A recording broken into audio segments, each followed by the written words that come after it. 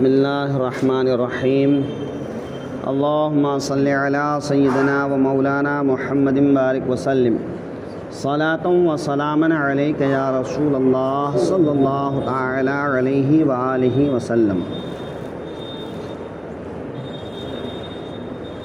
تفسیر کے سلسلے میں سورہ بقرہ کی آیت نمبر 61 میں اللہ تعالی بنی اسرائیل پر نازل کی گئی نعمتوں کے بارے میں اللہ تعالی ارشاد فرما رہا ہے۔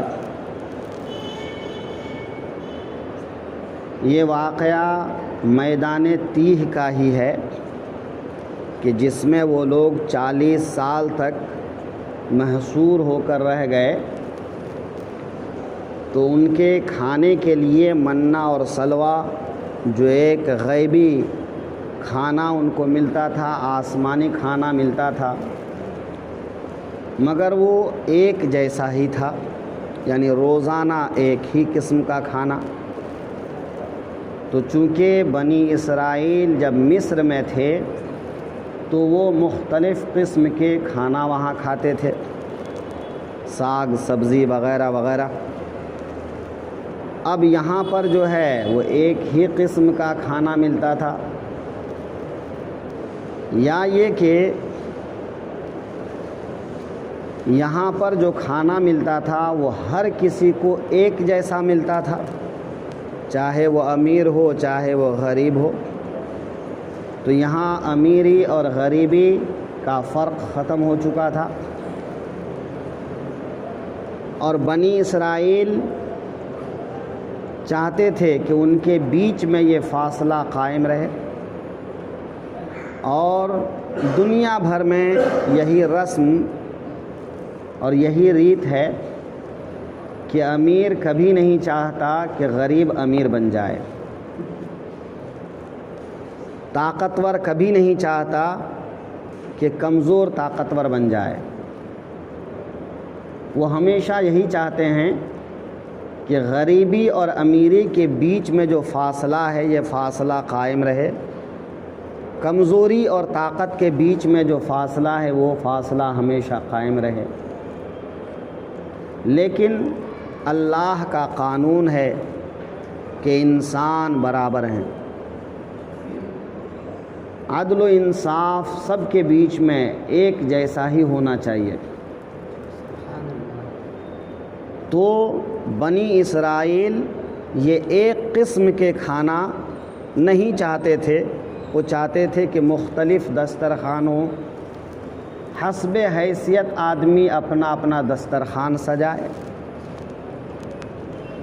اس میں کسی کو برتری حاصل ہو اور کسی پر برتری حاصل ہو، کوئی حاکم ہو کوئی محکوم ہو۔ اگر یہ معنی مراد لیا جائے تو یہ قانون الہی کے بالکل خلاف ان کا سوچنا تھا۔ بہرحال مفسرین نے کئی قول نقل کیا ہے۔ تو ایسی صورت میں بنی اسرائیل نے کہا کہ اے موسیٰ، آپ اپنے رب سے دعا کیجئے کہ ہم کو زمین سے اگا ہوا اناج دے، کہ زمین سے جو چیزیں اگتی ہیں، چاہے وہ سبزیاں ہوں چاہے وہ اناج ہوں چاہے وہ میوے جات ہوں، تو زمین سے اگی ہوئی چیز ہم کو چاہیے۔ یہاں پر جو ہے ان لوگوں نے جو خطاب کیا، وَإِذْ قُلْتُمْ يَا مُوسَىٰ، اور جب تم نے کہا اے موسیٰ، تو یہاں پر حضرت موسیٰ کو نام لے کر ان لوگوں نے پکارا۔ انبیاء کرام کو ان کا نام لے کر پکارنا بے ادبی ہے۔ اسی لیے قرآن پاک میں ایک جگہ کے علاوہ کہیں بھی اللہ کے حبیب صلی اللہ علیہ وسلم کا نام لے کر نہیں پکارا گیا ہے۔ ایک جگہ ضرورت تھی تو وہاں پر نام لیا گیا، باقی جہاں بھی اللہ تعالیٰ نے اپنے محبوب کو پکارا تو ان کے خطاب سے پکارا۔ یا ایھا النبی، یا ایھا المزمل، یا ایھا المدثر وغیرہ وغیرہ۔ تو انبیاء کرام کو ان کے القابات سے پکارنا عین ادب ہے، اور ان کا نام لے کر پکارنا بے ادبی ہے۔ تو بنی اسرائیل نے پہلی بے ادبی کی کہ انہوں نے حضرت موسیٰ کو نام سے پکارا، ان کے القابات سے آداب کے ساتھ میں نہیں پکارا۔ لن نصبر علی طعام واحد، ہرگز ہم ایک کھانے پر صبر نہ کریں گے، یا ہم کو ایک کھانے پر صبر نہ ہوگا۔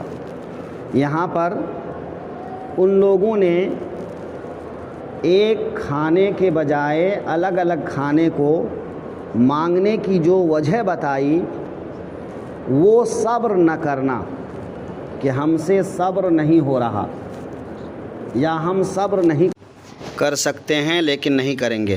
حالانکہ کھانا جتنے بھی حلال ہیں وہ سب مباح ہیں، حرام تو حرام ہے لیکن حلال کھانا مباح ہے، آدمی جس کو پسند کرے اس کو کھائے۔ تو اپنے اپنے اعتبار سے آدمی ہر جائز کھانے کو کھا سکتا ہے۔ تو بنی اسرائیلیوں کے لیے یہ منّا اور سلویٰ کھانا ایک مباح کھانا تھا، تو اگر وہ اس کے بدلے میں کوئی دوسرا کھانا مانگتے تھے تو کوئی حرج کی بات نہیں تھی، لیکن انہوں نے جو وجہ بتائی وہ وجہ غلط بتائی کہ ہم سے صبر نہیں ہو رہا ہے، ہم صبر نہیں کریں گے کہ ایک ہی کھانا کو ہم کھاتے رہیں۔ تو اگر وہ یوں ہی مانگتے تو ایک الگ بات ہو جاتی۔ تو بہرحال کہ ایک کھانے پر وہ صبر نہیں کر سکتے تھے۔ آگے فرمایا فَادْعُ لَنَا رَبَّكَ، تو آپ دعا کیجئے ہمارے لیے اپنے رب سے۔ یہاں رب کو حضرت موسیٰ کی طرف منسوب کیا گیا کہ اے موسیٰ آپ اپنے رب سے مانگیے، حالانکہ وہ رب تو سب کا رب ہے۔ تو یہ بھی ایک بے ادبی تھی کہ اگر کہتے رب بنا، اے موسیٰ ہمارے رب سے دعا کیجئے، تو اس میں سب کے لیے ہو جاتا۔ تو یہاں ہمارا رب کہنے کے بجائے اپنے رب سے دعا کیجئے، تو یہ ان کے مزاج کا پتہ دیتا ہے۔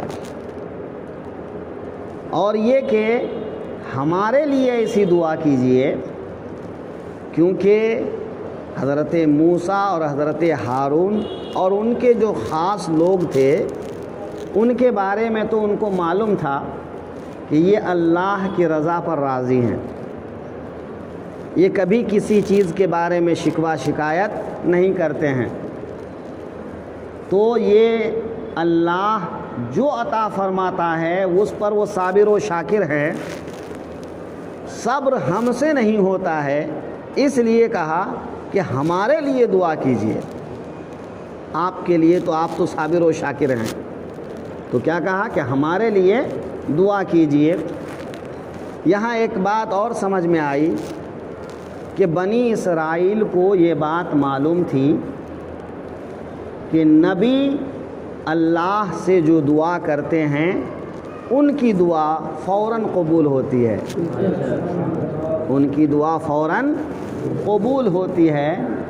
تو اس سے معلوم ہوا کہ اللہ کے مقرب بندوں سے دعا کرانا یہ ایک اچھی چیز ہے کہ آدمی خود دعا کر لے، اس کی تاثیر الگ ہوتی ہے، اور صالحین سے دعا کرائے اس کی تاثیر الگ ہوتی ہے۔ تو صالحین سے جو دعا کرائی جاتی ہے وہ دعا زیادہ مقبول ہوتی ہے، ورنہ بنی اسرائیل خود بھی دعا کر لیتے، لیکن انہوں نے خود نہیں کی، حضرت موسیٰ سے کہا کہ آپ ہمارے لیے دعا کیجیے۔ تو اہل اللہ سے دعا کرانا یہ کوئی آج کا نیا طریقہ نہیں ہے، بلکہ پچھلے انبیاء کرام کے زمانے سے چلا آ رہا ہے کہ ہر نبی کے دور میں لوگوں نے نبی سے اللہ کی بارگاہ میں دعا کروایا، یعنی اللہ کے مقربین سے دعا کرانا پہلے بھی جائز سمجھا جاتا تھا، ہے نا۔ اور ایک ہے دعا کرنا اور ایک ہے دعا لینا۔ تو دعا کرنے میں اور دعا لینے میں بھی فرق ہوتا ہے۔ ایک آدمی دعا کر رہا ہے تو وہ دعا قبول ہوگی یا نہیں ہوگی، اس کا پھل ملے گا یا نہیں ملے گا اسے نہیں معلوم، لیکن ایک آدمی کسی کی خدمت کرتا ہے اور خدمت کے صلے میں سامنے والا دعا دے دیتا ہے تو اس کی تاثیر پکی ہے، اس کی قبولیت پکی ہے کہ نہیں۔ حضرت ربیعہ حضور کو تہجد کے وقت وضو کرائے تو پوچھے کیا چاہیے، بولو۔ کہنے لگے حضور جیسے دنیا میں آپ کی خدمت کرتا ہوں جنت میں بھی آپ کی خدمت کرتا رہوں۔ کہا وہ تو دیا اور کچھ، وہ تو دیا اور کچھ۔ کہا حضور بس تجھ سے تجھی کو مانگ کر مانگ لی ساری کائنات، مجھ سا کوئی گدا نہیں اور تجھ سا کوئی داتا نہیں، ہے نا۔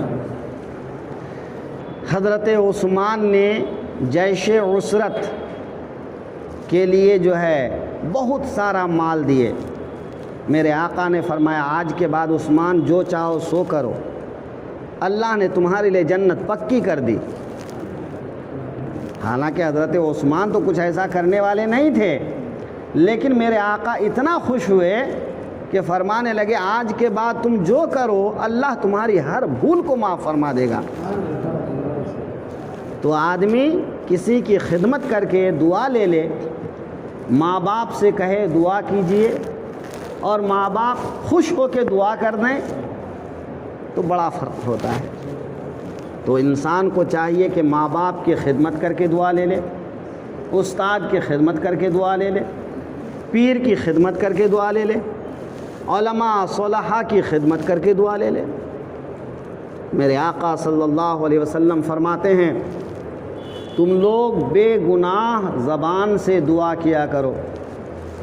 صحابہ عرض کرنے لگے یا رسول اللہ کون ہے جو ہماری زبان بے گناہ ہے؟ ہم میں سے کون ایسا ہے جس کی زبان بے گناہ ہو؟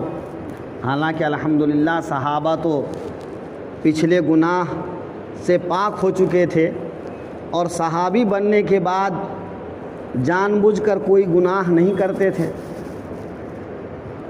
لیکن وہ معصوم نہیں تھے، ہو سکتا تھا کبھی کچھ ایسا ہو جائے، یا پھر امت کو تعلیم دینا تھا کہ ہمارے بعد والے لوگ جو ہوں گے وہ ہمارے جیسے تو نہیں ہوں گے، وہ تو گنہگار ہوں گے، تو ان کا کیا ہوگا؟ تو صحابہ نے عرض کی یا رسول اللہ ہم میں سے کس کی زبان ہے جو بے گناہ ہے؟ تو میرے آقا فرماتے ہیں تمہارے لیے تمہاری زبان گنہگار ہے، لیکن تمہارے بھائیوں کے حق میں، دوسرے مسلمانوں کے حق میں تمہاری زبان بے گناہ ہے، تمہارے حق میں اس کی زبان بے گناہ ہے۔ تو آپس میں دعا کرایا کرو، ہے نا۔ بھئی جب کسی دوست سے ملو، احباب سے ملو، مومن سے ملو، مسلم سے ملو، کہو میرے لیے دعائے خیر کرو، میری نجات کی دعا کرو، بھلائی کی دعا کرو، ہے کہ نہیں؟ تو اس سے جو ہے بڑا فرق پڑتا ہے۔ فَادْعُ لَنَا رَبَّكَ، اپنے رب سے دعا کیجئے ہمارے لیے، یخرج لنا مما تنبت الارض، کہ زمین کی اگائی ہوئی چیزیں ہمارے لیے نکالے، زمین کی اگائی ہوئی چیزیں ہمارے لیے نکالے، چاہے وہ ساگ سبزی ہوں، چاہے وہ گیہوں چاول ہوں، چاہے وہ کھیرا ککری وغیرہ ہوں، چاہے وہ میوہ ہوں، کچھ بھی ہوں، ہے نا. من بقلہا کچھ ساگ، وقصائہا کچھ ککری.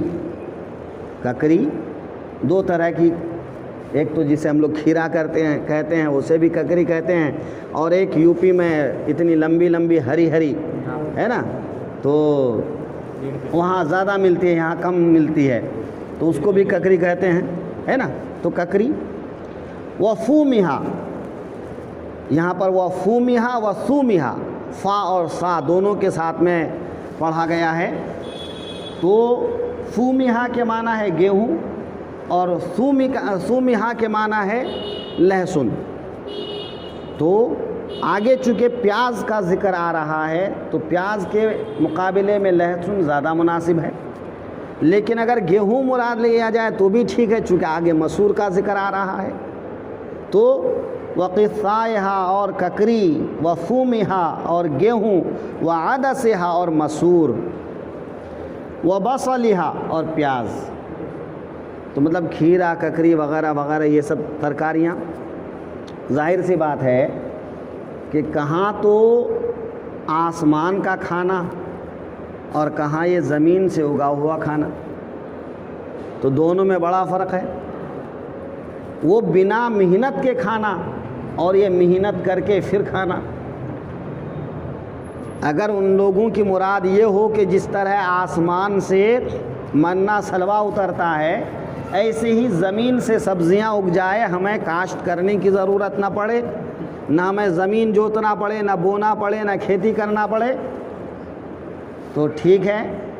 لیکن اس کو تو صاف کرنا ہے، پکانا ہے، بنانا ہے، پھر کھانا ہے نا. تو اس میں پھر بھی مشقت ہے. اور اگر کھیتی کر کے اس کو اگانا مقصد ہے تو اس میں تو اور محنت ہے. تو وہ آسمان کا کھانا کھا کر فارغ رہتے تھے، دن بھر اللہ کی عبادت کرتے تھے. اب کھیتوں میں جاؤ، کھیت جوتو، بیج بو، کھاد ڈالو، پانی ڈالو، محنت کرو، تو جو عبادت پہلے کرتے تھے اب نہیں کر پاؤ گے، اب کم وقت ملے گا. یا اس طرح اور بھی بہت سے معنی مراد ہو سکتے ہیں. تو یا تو اللہ تعالیٰ نے فرمایا یا حضرت موسیٰ نے کیا فرمایا؟ قالا فرمایا اتستبدلون الذی ہوا ادنی بالذی ہوا خیر، کیا ادنا چیز کو بہتر کے بدلے میں مانگتے ہو؟ ادنا چیز کو بہتر کے بدلے میں مانگتے ہو کہ وہ اتنا مرغوب کھانا ہے، مزیدار لذیذ کھانا ہے، اور اس میں کبھی کھٹا بھی ہے، میٹھا بھی ہے، تیکھا بھی ہے، سب کچھ ہے، تو اس کے بدلے میں یہ مانگ رہے ہو؟ یا پھر مراد یہ ہے کہ بھئی یہ کھیرا، ککری وغیرہ وغیرہ معمولی چیزیں، ان کے مقابلے میں جو ہے بھئی حلوہ اور کباب اس کے مقابلے میں تو کم ہے. یا پھر تم جو کہتے ہو کہ گیہوں کی روٹی، ٹھیک ہے گیہوں کی روٹی اچھی چیز ہے، لیکن اگر اس کو سالن کے ساتھ کھایا جائے تو اب مانگنا ہی تھا تو تھوڑا بڑا مانگتا نا. مانگا بھی تو کیا مانگا؟ کھیرا اور ککری، پیاز اور لہسن. تو اگر لہسن اور پیاز سے ایک روٹی کھاؤ گے تو کیا سمجھے گا انسان؟ مانگتے مرغا مسلم، مانگتے اور کچھ تو سمجھ میں آتا. تو کیا مانگا؟ کھیرا ککری. تو ان چیزوں سے بغیر سالن کے آدمی روٹی کھائے تو آدمی اس کے مقابلے میں تو یہ کمتر ہے ہی، حقیر ہے ہی. تو بہرحال اللہ تعالیٰ نے فرمایا اہبطوا مصرا، اچھا مصر یا کسی شہر میں اترو. کہ مصر کا معنی یا تو ہی مصر مراد ہے یا پھر کوئی بھی عام شہر، کہ جاؤ اب شہر میں جاؤ. فَإِنَّ لَكُمْ مَا سَأَلْتُمْ، اترو وہاں تمہیں ملے گا جو تم نے مانگا، جو تم نے مانگا. کہ اب جاؤ محنت کرو، کھیت جوتو، اپنی محنت کے حساب سے اگاؤ اور کھاؤ. چلو ٹھیک ہے تمہاری مرضی، لیکن یاد رکھنا کہ تم نے جو یہ سب بے ادبی کیے ان سب کا تمہارا نتیجہ کیا ہوگا؟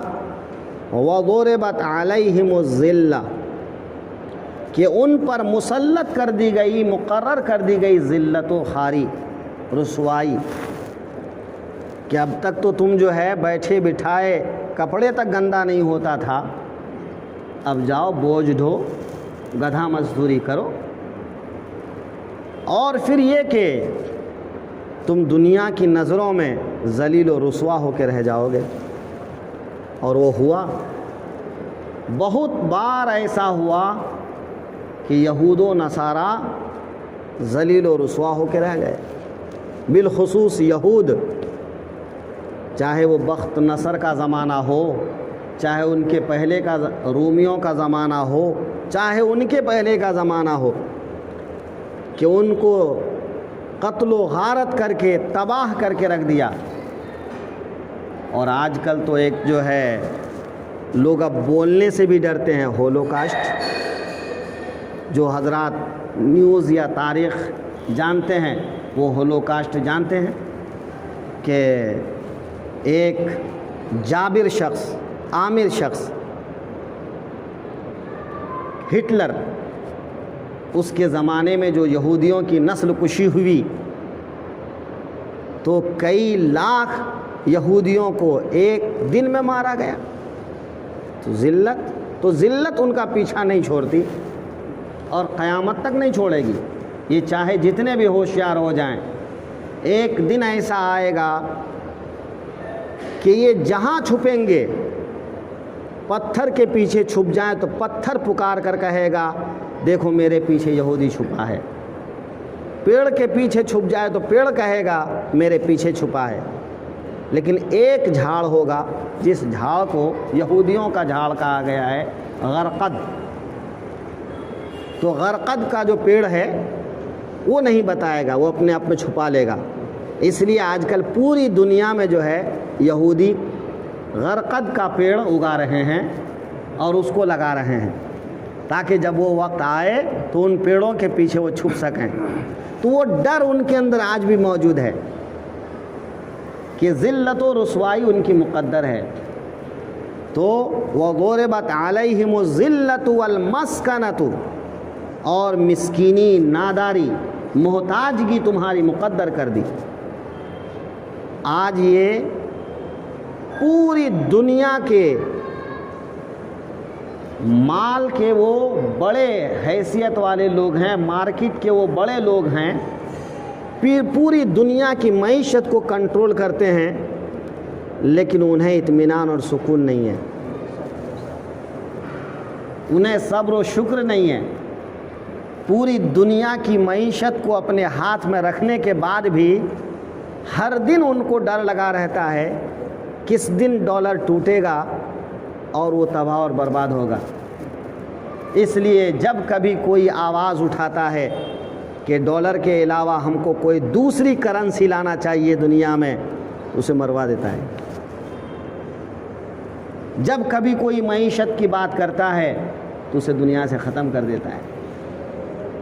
یہ ان کے خوف کا نتیجہ ہے، ڈر کا نتیجہ ہے۔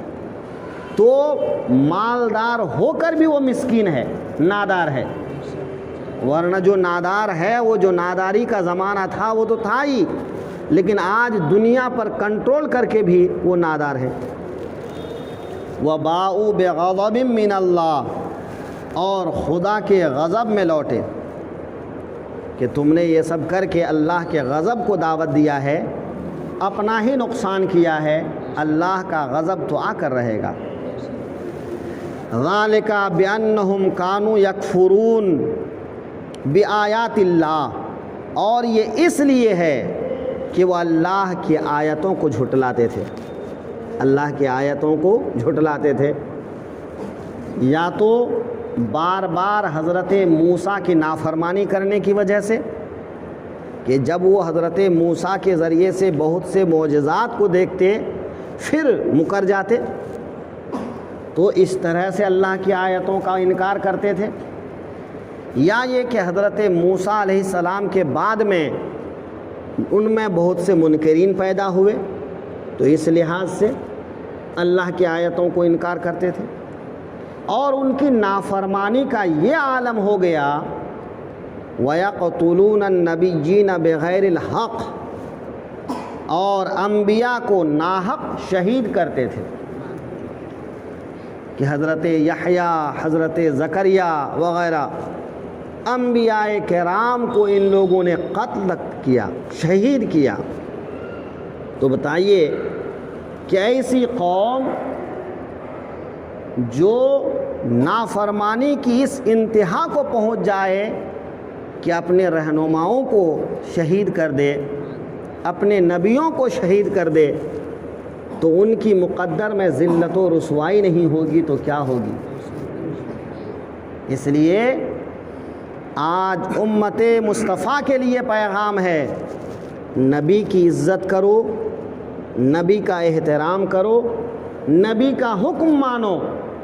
اگر نبی کا حکم نہیں مانو گے تو ذلت و رسوائی تمہاری مقدر ہوگی۔ بنی اسرائیل کا یہ واقعہ کیوں بتایا جا رہا ہے کہ تم وہ کام نہ دہراؤ جو بنی اسرائیل دہرا کر اس دنیا سے گئے، کہ ذلت و رسوائی ان کی مقدر بن گئی، تم ایسا نہ کرو۔ لیکن آج دیکھا جائے تو مسلمانوں کے لیے ذلت و رسوائی ہے۔ کیوں ہے؟ اس لیے کہ مسلمانوں نے حق کا راستہ چھوڑ دیا ہے۔ آج کتنے مسلمان کہہ سکتے ہیں کہ میری روزی حلال کی ہے، میری کمائی حلال کی ہے، میری 5 وقت کی نماز نہیں چھوٹتی ہے، سال کا میرا 1 مہینے کا روزہ نہیں چھوٹتا ہے۔ کتنے مسلمان دعویٰ کر سکتے ہیں؟ تو ظاہر سی بات ہے کہ جب مسلمان حلال و حرام کی تمیز نہیں کریں گے تو پھر دنیا کی یہ ظالم تو چڑھ بیٹھیں گے نا۔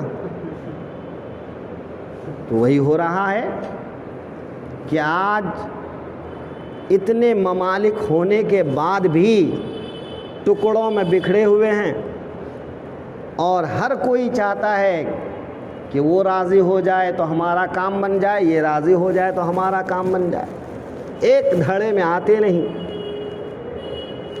بھئی جس سرزمین حجاز کو جن چیزوں سے اللہ کے رسول نے پاک فرمایا، آج اس حجاز مقدس کو ناپاک کیا جا رہا ہے، تو اور کیا بچا آپ کے پاس میں؟ کیوں کر رہے ہیں آپ ایسا؟ کس چیز کا خوف ہے آپ کو؟ یہی کہ آپ دین سے دور ہوئے ہیں، عیاشی آپ نے اپنی انتہا تک کی ہے، حلال و حرام کی تمیز چھوڑ دیے ہیں، اس لیے آپ بزدل بن گئے ہیں، اور ترقی کے نام پہ ناچ گانے بجانے، شراب شباب کباب، نہ جانے کیا کیا چل رہا ہے، اور پوری دنیا میں مسلمانوں کا یہی حال ہے۔ مسلمان یہ سوچتا ہی نہیں کہ وہ مسلمان ہے اس لیے وہ یہ کام نہیں کرے گا۔ بھئی مجبوری میں نہ کرنا ایک الگ بات ہو جاتی ہے نا۔ ابا ماریں گے، نہیں کر رہا ہے، پولیس پکڑ کے لے جائے گی، نہیں کر رہا ہے، زمانہ کیا کہے گا، نہیں کر رہا ہے، تو یہ تو مجبوری میں نہیں کر رہا ہے نا۔ ایک آدمی کے پاس گناہ کرنے کا موقع ہے، کوئی خوف نہیں ہے، لیکن خوف خدا کی وجہ سے وہ چھوڑ دیتا ہے۔ تو اگر ایسا بندہ بن جائے تو اللہ اس کی مدد کرتا ہے۔ ایسے بندے کتنے ہیں آج دنیا میں کہ جو اللہ کو راضی کرنے کے لیے حرام سے کنارہ کش ہو جائے، گناہوں سے کنارہ کش ہو جائے، نیکیوں کی رغبت پیدا ہو جائے۔ جس دن مسلمانوں میں یہ بات پیدا ہو جائے گی پھر وہ دور لوٹ آئے گا۔ جب ماؤں کے دلوں میں یہ شوق پیدا ہوگا تو ان کے بیٹے مجاہد پیدا ہوں گے، بہادر پیدا ہوں گے، نیک پیدا ہوں گے۔ تو آج بڑے سے لے کے چھوٹے تک، مرد سے لے کے عورت تک، سب کا حال برا ہے۔ تو کیا ہونا تھا؟ وہی تو ہونا تھا کہ ہم ٹکڑوں میں بٹے اور گدھ کوے کی طرح دنیا کی قومیں ٹوٹ پڑی ہیں، روزانہ آپ کے خلاف ہو رہا ہے۔ اب تو جو ہے باقاعدہ سبھا کر کر کے جو ہے آپ کے قتل اور نرسنہار کی بات کی جا رہی ہے۔ تو سوچنے کی ضرورت ہے، اپنے اعمال کو درست کرنے کی ضرورت ہے۔ وَيَقْتُلُونَ النَّبِيِّينَ بِغَيْرِ الْحَقِّ، اور انبیاء کو ناحق شہید کرتے۔ ذَلِكَ بِمَا عَصَوْا وَكَانُوا يَعْتَدُونَ، یہ بدلہ تھا ان کی نافرمانیوں اور حد سے بڑھنے کا۔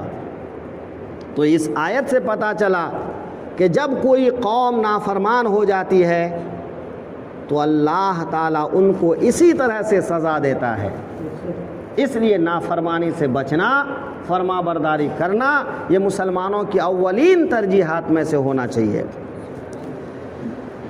وَإِذْ قُلْتُمْ يَا مُوسَىٰ لَن نَّصْبِرَ عَلَىٰ طَعَامٍ وَاحِدٍ فَادْعُ لَنَا رَبَّكَ يُخْرِجْ لَنَا مِمَّا تُنبِتُ الْأَرْضُ مِن بَقْلِهَا وَقِثَّائِهَا وَثُومِهَا وَعَدَسِهَا وَبَصَلِهَا، اور جب تم نے کہا اے موسیٰ ہم سے تو ایک کھانے پر ہرگز صبر نہ ہوگا، تو آپ اپنے رب سے دعا کیجئے کہ زمین کی اگائی ہوئی چیزیں ہمارے لیے پیدا فرمائے،